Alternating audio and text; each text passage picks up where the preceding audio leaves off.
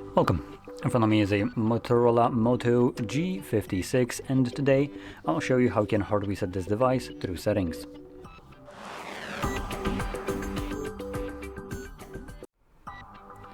So to get started, you'll want to open up your settings, and from here we're gonna scroll all the way down to System, and you wanna select Reset Options, and then erase all data, factory reset. This will present you with a list of data right here, which will be deleted by this process, which importantly includes things like music, photos, and all user data. If you have anything of that sort that you like to maintain, make a backup copy of it to maybe something like your computer as an example. Now I don't have anything here that I want to back up, so I'm gonna select erase all data, which is what you want to do when you just wanna actually reset your device and delete the data.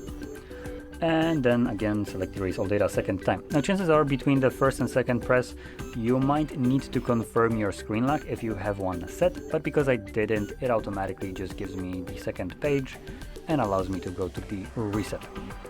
Now, this reset will take about 2 minutes or so to finish up, so I'm gonna let it run to and come back once it's finished. I am gonna pause the recording while it's resetting, as there is literally nothing happening for the entirety of the time till the reset is finished and we're presented with the setup screen.